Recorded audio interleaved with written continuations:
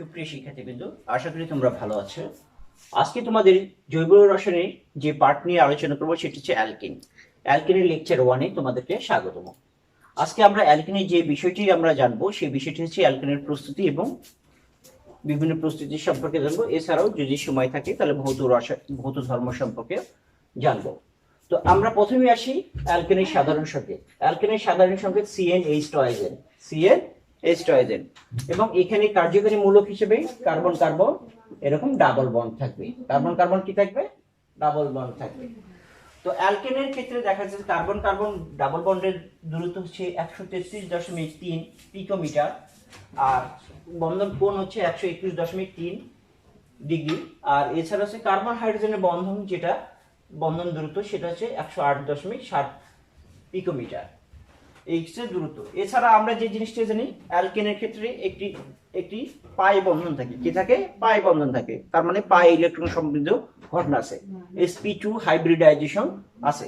তো আমরা sp2 hybridization বা হাইব্রিডাইজেশনের যে বিষয়গুলো, এই বিষয়গুলো আমরা রসায়নের প্রথম পত্রে 3য় অধ্যায়ে শিখে এসেছি। তো আমরা সেই বিষয়টা নিয়ে আলোচনা না করি, আমরা যে জিনিসটা আছে সেটা নিয়ে কথা বলি। তো আমরা যে বিষয়টি নিয়ে কথা বলবো সেটা হচ্ছে অ্যালকিন সমূহকে সাধারণত অলিফিনস নামে পরিচিত। অলিফার শব্দ থেকে অলিফিনস শব্দটি আছে, তার মানে to make well, to make oil, অর্থাৎ তেল উৎপাদনের কথা বলা আছে।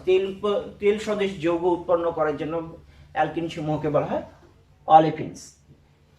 অ্যালকিন সমূহকে কি বলা হয়? অলিফিনস। তো আমরা অ্যালকেনের বিভিন্ন প্রস্তুতি জানবো। আমরা অ্যালকেনের যেরকম বিভিন্ন প্রস্তুতি শিখেছি, আজকে অ্যালকিনেরও সেরকম বিভিন্ন প্রস্তুতি শিখব।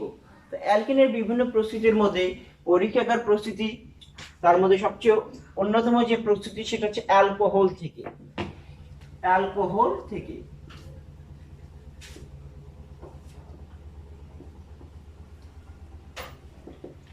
অ্যালকোহল থেকে অ্যালকোহলের আসলে নিরোধন করে, অ্যালকোহলের নিরোধন মানে কি? পানি শোষণ করে নিলে অ্যালকেন উৎপন্ন হয়। তো নিরোধনের যে বিক্রিয়াগুলো আছে সেই বিক্রিয়াগুলো আগে প্রথমে দেখি। অ্যালকোহলকে যদি তার দ্বিগুণ পরিমাণ গাঢ় সালফুরিক অ্যাসিডের উপস্থিতিতে 160 থেকে 70 ডিগ্রি সেলসিয়াস তাপমাত্রায় নিরোধন করা হয় তাহলে অ্যালকিন উৎপন্ন হয়। তো আমরা এই বিক্রিয়াটা একটু খেয়াল রাখি।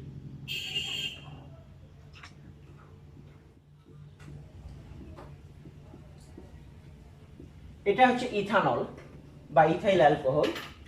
এর সাথে যখন সালফুরিক অ্যাসিডের বিক্রিয়া করব, আমি সালফুরিক অ্যাসিডটাকে H2SO4 এটাকে ভেঙে এরকম করে দেখালাম, এবার খেয়াল রাখো, এখান থেকে একটা হাইড্রোজেন, এখান থেকে একটা এই OH, এখান থেকে একটা হাইড্রোজেন মিলে কি হবে? পানি বের হয়ে যাবে। পানি বের হয়ে গেলে দেখো তো কি রকম থাকে।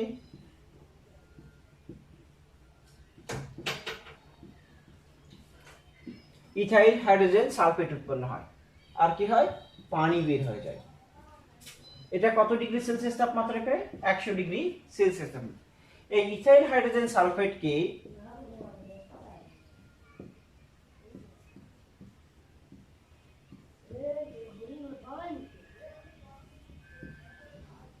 একশো 65 ডিগ্রি সেলসিয়াস তাপমাত্রায় উত্তপ্ত করলে হচ্ছে বিটা অপসারণ ঘটে। বিটা অপসারণ বলতে কি বোঝায় সেটা একটু খেয়াল করি। যে মূলকটা থাকে, মূলক যে কার্বনে যুক্ত থাকবে সেই কার্বনকে বলা হয় আলফা কার্বন। তার মানে কি? এটা আলফা কার্বন। এর পাশের কার্বনটাই হচ্ছে বিটা কার্বন।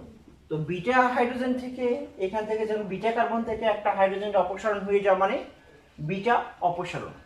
তো আমি আবার বলছি যে সালফার মূলক যেটা থাকবে সেই মূলকের পরবর্তী কার্বনটাই আলফা কার্বন, তার পাশেরটা বিটা কার্বন, এভাবে গামা ডেল্টা এভাবে।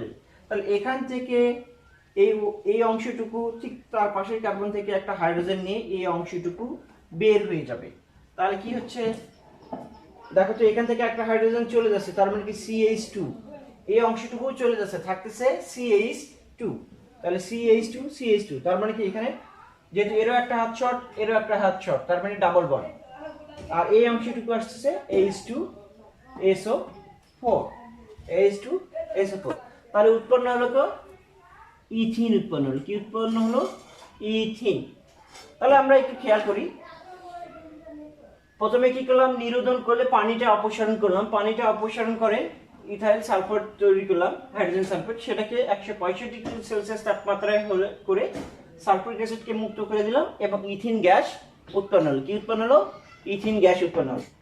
এখন কথা হচ্ছে, এই যে এটা শিখলাম, সেম রিয়াকশনটাই উল্টা দিকে গেলেই কি হবে, ইথিন থেকে অ্যালকোহল তৈরি করো। তার মানে অ্যালকোহল প্রস্তুতির একটা বিক্রিয়া আমরা যখন পাবো, যখন অ্যালকোহল প্রস্তুতি সম্পর্কে আমরা ধারণা নেব, তখন যদি বলা হয় কিভাবে ইথিন থেকে ইথানল তৈরি করবে, তাহলে এই রিয়াকশনটাকে যদি জাস্ট পিছনের দিকে ঘুরে দিই, অর্থাৎ এখান থেকে এটা এদিকে আসবে, তারপর এখানে আসবে, তারপর এখানে গেলে এই রিয়াকশনটা চেঞ্জ হয়ে যাবে, ঠিক আগের জায়গায় ফেরত যাবে। তখন কি হবে, ইথিন থেকে ইথানল, ইথানল থেকে ইথিন পারস্পরিক রূপান্তর করা সম্ভব হবে।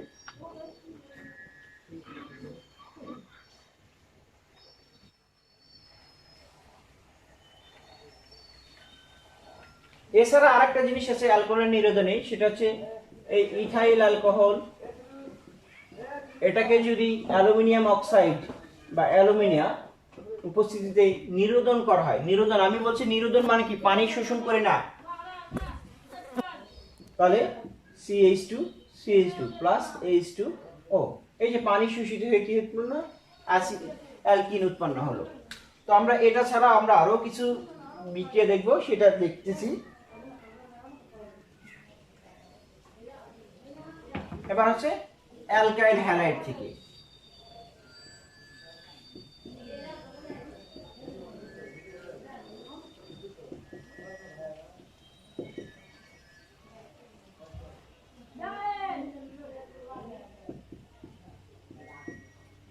আমি এটা X দিছি, হ্যালোজেন দিছি, এর সাথে যদি এই অ্যালকোহলীয় যদি পটাশিয়াম হাইড্রোক্সাইড চালনা করে, ALC দ্বারা অ্যালকোহলীয় দ্রবণকে বোঝানো হচ্ছে, অ্যালকোহলের শর্ট ফর্ম। যদি অ্যালকোহলীয় হাইড্রোক্সাইড মানে পটাশিয়াম হাইড্রোক্সাইড যুক্ত করা হয়, উত্তপ্ত করা হয়, তাহলে এই যে বিটা অপসারণ ঘটবে, কি ঘটবে, বিটা অপসারণ ঘটবে। সেটা কিভাবে, সেটা একটু ক্লিয়ার করি। এই যে মূলকটা আছে, হ্যালোজেন আছে, এটা আলফা কার্বন, এখান থেকে হাইড্রোজেন চলে যাবে, তার মানে এটা বিটা অপসারণ। তখন রিয়াকশনটা দেখা যাচ্ছে এরকম, CH2 plus KX plus H2O।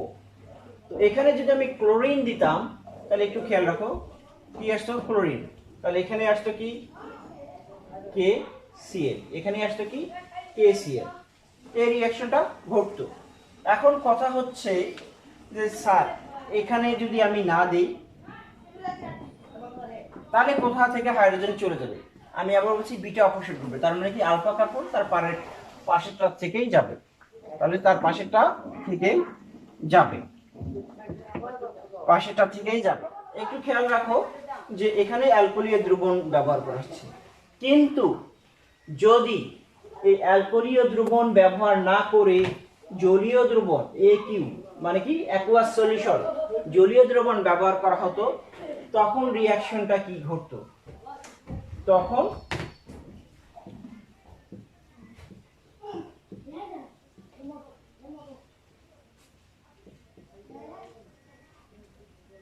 তখন দেখো পটাশিয়াম ক্লোরাইড এবং অ্যালকোহল উৎপন্ন হলো। তাহলে মাথায় রাখবা, যখন এখানে অ্যাকুয়াস সলিউশন আসবে তখন অ্যালকোহল উৎপন্ন হবে, যখন অ্যালকোহলীয় সলিউশন আসবে তখন অ্যালকিন উৎপন্ন হবে। তোমরা অনেকেই কনফিউশন পড়ে দাও, তার মানে কি জৈব রসায়নের প্রত্যেকটা রিয়াকশনের শর্তগুলো খুব ইম্পর্টেন্ট, শর্ত যদি না ঠিকমতো ক্লিয়ার থাকে রিয়াকশন অন্য একটা দেখা যাবে। তো আমি কি বললাম, যদি আমি অ্যাকুয়াস সলিউশন ব্যবহার করি তাহলে অ্যালকোহল পাবো, যদি অ্যালকোহলীয় সলিউশন ব্যবহার করি সে এটা যদি আমি KOH দিয়ে এখানে ALC দিতাম, তখন পেতাম যৌগটা কি CH2 double bond CH2 plus KCl plus পানি, তাহলে কি পেতাম, পানি পেতাম। অ্যাকুয়াস সলিউশন দিলে পেতাম হচ্ছে অ্যালকোহল, আর অ্যালকোহলীয় সলিউশন দিতে পারতাম অ্যাসিটিলিন বা অ্যালকিন প্রস্তুতি পেতাম। তো তোমাদের এই বিষয়টিও মাথায় রাখতে হবে। তাহলে কি আমি এখানে দেখো পরপর দুইটা জিনিস শিখলাম, অ্যালকোহল প্রস্তুতির দুইটা রিয়াকশনও শিখলাম, কি ইথিন থেকে বা অ্যালকিন থেকে কিভাবে অ্যালকোহল প্রস্তুত করা যায়, তারপর অ্যালকাইল হ্যালাইড থেকে কিভাবে অ্যালকোহল প্রস্তুত করা যায়, এই দুটোও কিন্তু এসে গেল। আমি তোমাদেরকে বলছি যে জৈব রাসায়নিক রিয়াকশনগুলো বারবার ফেরত আসবে, তাই প্রথম পার্ট যদি ভালোভাবে মনে রাখবা, পরবর্তীতে দেখবা যে এই অংশটুকু আবার চলে এসেছে। তো এই অংশটুকু চলে আসা তোমাদের জন্য খুবই খুবই জরুরি। তো এই বিষয়গুলো তোমাদের খুব ভালোভাবে মাথায় রাখতে হবে। এবার আমরা আর একটা জিনিস দেখি, সন্নিহিত ডাই হ্যালাইড থেকে, সন্নিহিত ডাই হ্যালাইড থেকে অ্যালকেন তৈরি, সে CH2 এই যে পাশাপাশি কার্বনে অবস্থিত হ্যালোজেনকে যুক্ত জিনিসকে বলা হয় সন্নিহিত ডাইহ্যালাইড। এর সাথে যখন জিঙ্কের উপস্থিতিতে রিঅ্যাকশন করানো হবে, আচ্ছা এখানে ব্রোমিন না দিয়ে ক্লোরিন দেই, তখন কি উৎপন্ন হবে, অ্যালকিন উৎপন্ন হবে এবং জিঙ্ক ক্লোরাইড উৎপন্ন হবে। এছাড়া আমরা কোপ সিনথেসিসের নাম শুনেছি। তারপর অ্যালকাইন, আর একটা জিনিস দেখাই, অ্যালকাইন থেকে কি থেকে প্রস্তুত করব, অ্যালকাইন থেকে।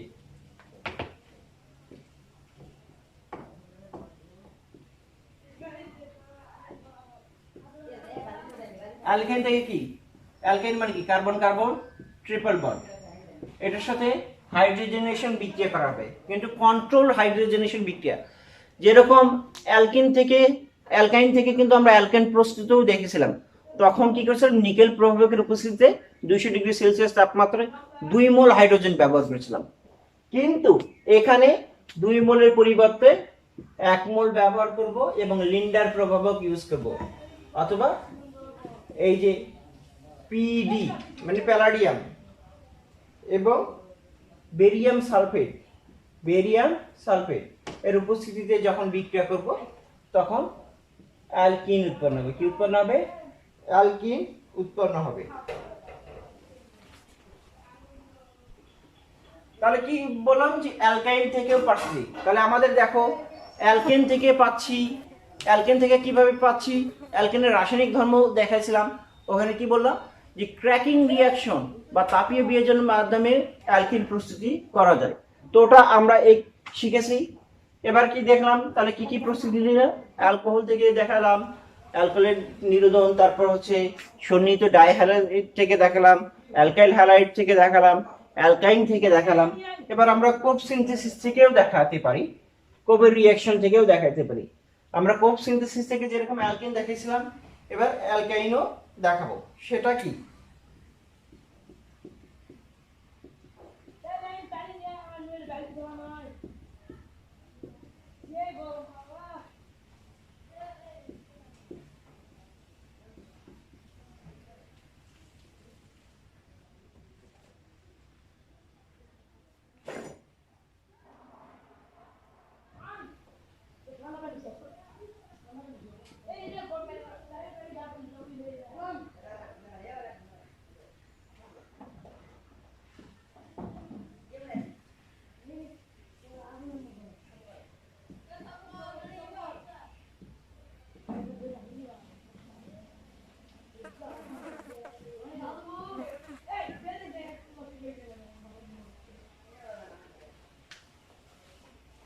এই যে দেখো 4 কার্বন বিশিষ্ট যে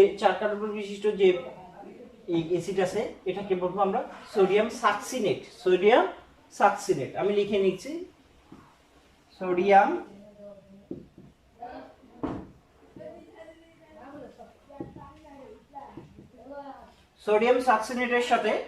সাকসিনেটের সাথে যখন হাইড্রোলাইসিস করে ইলেকট্রোলাইসিস প্রক্রিয়ায় অ্যালকিন প্রস্তুত হয় এবং কার্বন ডাই অক্সাইড উৎপন্ন হয়। তো এই বিষয়গুলো আমাদের জানা খুবই জরুরি। তাহলে আমরা অ্যালকিন প্রস্তুতির অনেকগুলো এখন শেষ, পাশাপাশি আমরা আরো কিছু পড়াশোনা করব, সেই বিষয়টি নিয়ে আমরা একটু অগ্রসর হই।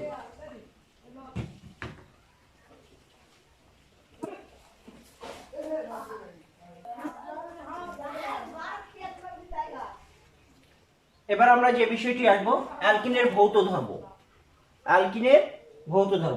অ্যালকিনের ভৌত ধর্মের যে বিষয়টি আছে, অ্যালকিনের প্রথম তিনটি সদস্য গ্যাসীয়, পরবর্তী তিনটি সদস্য পরবর্তী C5 থেকে C15 পর্যন্ত সদস্য তরল, এবং এর পরবর্তী যে সদস্যগুলো আছে সেগুলো কঠিন।